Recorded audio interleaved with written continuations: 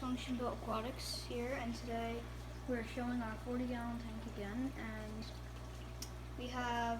we actually moved our Badius into one of the male algae 10-gallon tanks because he wasn't able to eat live foods like they like, and we couldn't feed him because he was always hiding. So what we did was we acclimated him for a few minutes, for a few like an hour or so, and we put him in a 10-gallon tank with our algae, and he seems to already like the tank, and we have good hopes for him.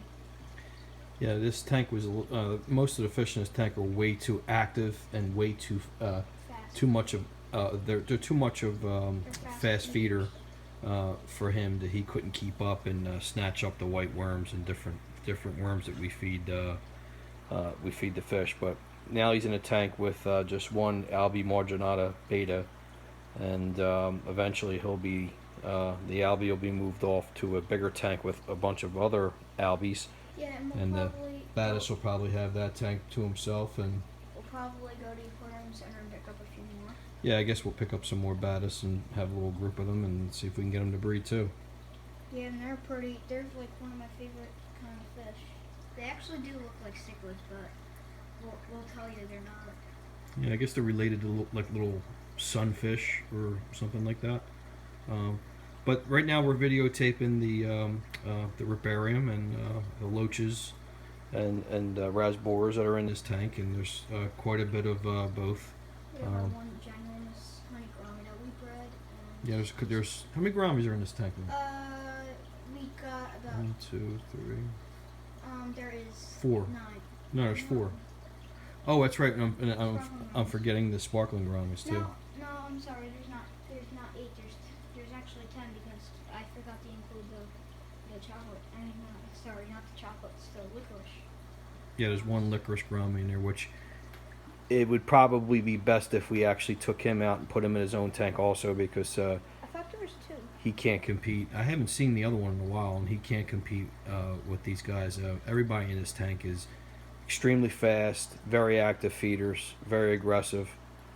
Not necessarily to each other, but when it comes to feeding, and if a fish can't keep up, he's going to basically get starved out. So in this tank we have pandageras, which have turned out to be one of my favorite fish in this tank. They're awesome. My clown loach. I love loaches. I prefer loaches. I think loaches have become my favorite group of fish. It seems like they're overlooked a lot. We have a couple flying foxes in here, which have done a great job in eating some of the blackbeard algae, and man, they're fat. Everybody in this tank's kind of chunky. We have an Angelus in this tank, and he is one of my favorite loaches in the tank. Yeah. And he is ginormous.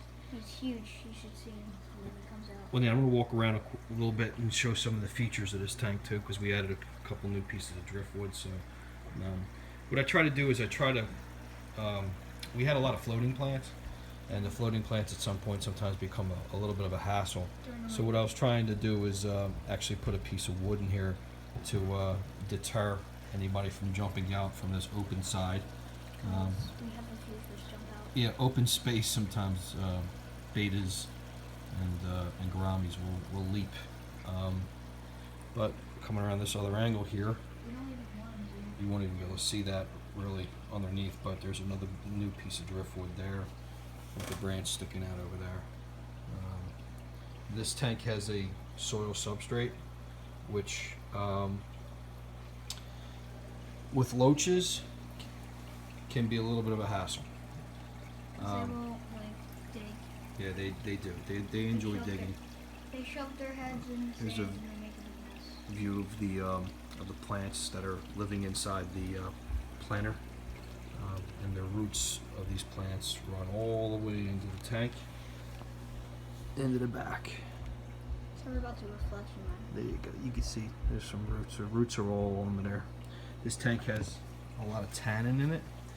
We keep a lot of Indian almond leaves in here, and coconut husks, and jungle pods, and guava leaves,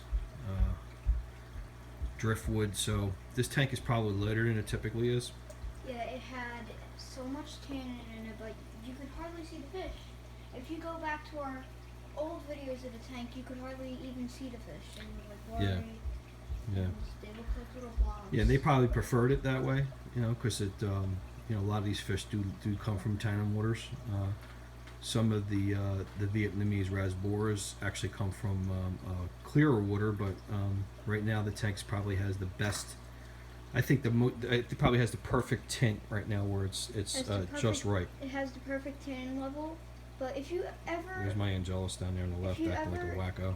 if you ever want your tank clear and perfectly fine, try not to put like oak leaves and almond leaves in there because it'll tannin up the tank. Yeah, but you know what though? That's good though. I mean, oak leaves, almond leaves, they really do a great job in conditioning the water, Yeah, but lowering the pH. We used to have oak leaves in this tank, and they ruled. They actually set off more tannin than the almond leaves. But now we took them out because it was getting too bad for the tank. Well, not so too bad. Just it was blowing the tank up. So, well, we just finished up our water changes, and especially on this tank, and it's just a little bit of sediment in the water column, but I can't do anything about that because the loaches love to dig, and they'll find the soil and sand and kick it up. But other than that, I've had no problem in fish reproducing in this tank. We've grown out about 12 to 15 sparkling gouramis from this tank. Some hunting gouramis out of this tank. So this is Ron and Nate from FunctionBuilt-Aquatics. If you like our video, give us a thumbs up. Any comments, any questions, go down and throw it out there, and we'll be happy to answer.